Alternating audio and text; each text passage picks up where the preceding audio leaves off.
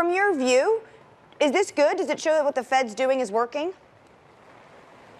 Yeah, the housing data certainly reflects the Fed's interest rate hikes. You see that in the 10-year Treasury, and that always relates quite closely to the 30-year fixed-rate mortgage.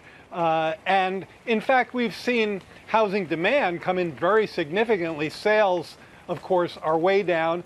And I think it's widely recognized that one of the channels through which Fed interest rate hikes work most quickly is the housing market.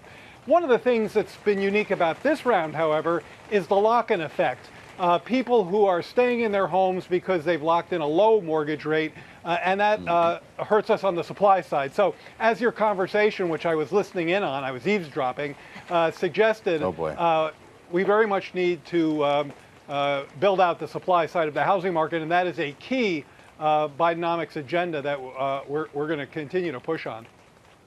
You're making us nervous now, Jerry. By the way, thank you for standing out in the rain to talk to us. This is something that I'm sure you didn't hope for today. But when we talk about the housing market, is that the last key here to this puzzle, slowing the housing market to something more reasonable and sustainable? When you put that together with a more sustainable job market, are we getting warmer? Yeah, I mean, I think in terms of inflation, is that what you're kind of thinking about there? Yes. In terms of inflation, yeah. So in terms of inflation, I'd say it's one of the keys. Obviously, it gets a very heavy weight in the CPI, less so in the PCE, but still important there. I think the way to think of it is that shelter, particularly rents, we know have softened, and we know that the construction of the CPI means that we're going to continue to get some relief from shelter, particularly from rents. And by the way, OER, owner equivalent rents, that's very much a similar story. So we think there's going to be continued easing from shelter. At the same time, the improvement of supply chains is showing up very clearly in eased inflation in core goods. That really leaves, at least in the core, that really leaves non-housing services. And as the job market has cooled, we've seen some softening there. So I think most forecasters at this point are pretty confident that at least core inflation should continue to ease. Any month can bump either way. But based on the analysis I just shared with you, I think that's a fairly confident forecast. Jared, given all of this and the data you point to, why is this, another fresh poll was out this weekend, especially with youth voters.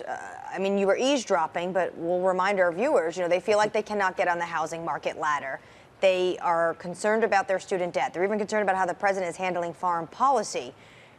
You see some of this data that should show potentially things are moving in the right direction, but they don't feel it, Jared. Why?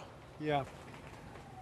Well, I think you should start with the realization that the people we're talking to in these surveys have been through a ton over the past few years. I mean, a pandemic we hadn't seen the likes of which for 100 years. We've had, very severe geopolitical conflicts break out. We've had, a 40-year inflationary high, a global inflationary high triggered by supply. We can hear You're hearing me, right? Oh, okay, yeah, you're good, Jared. Yep, we got you. Okay.